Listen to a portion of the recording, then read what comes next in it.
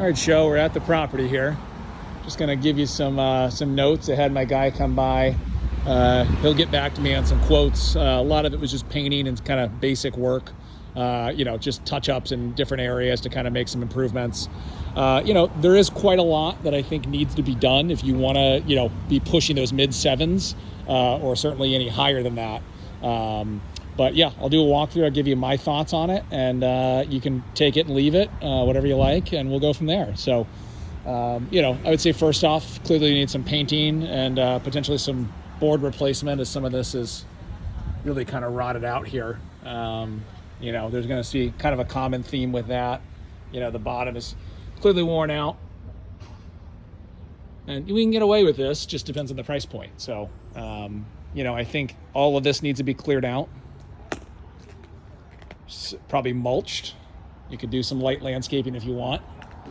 These big trees need to be trimmed back. This one especially. This is a little too messy to show. Specifically around the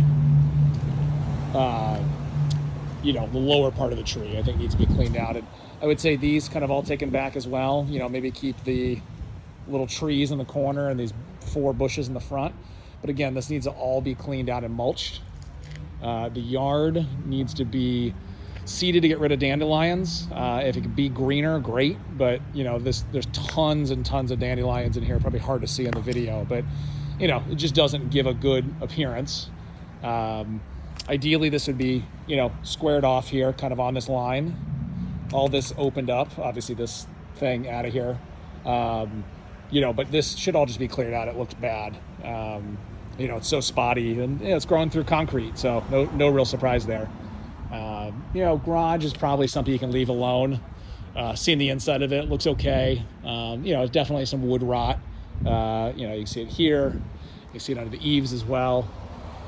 But it's detached, so I'd probably leave that alone. Again, same kind of deal here. If you want to sod this, great. Even if you want to just get the seed out, or get the seed and get the dandelions out of here, and maybe de-weed and just kind of see what that looks like. Sure, I think that's okay. You're not going to want to mulch all this anyway, so grass is probably better. I don't know what you want to do with this, but quite wobbly. It'd be nice to secure it if that's part of the securing. This wood here, clearly rotting, but probably get away with that. Yeah, and you'll see, this side of the house, more the same.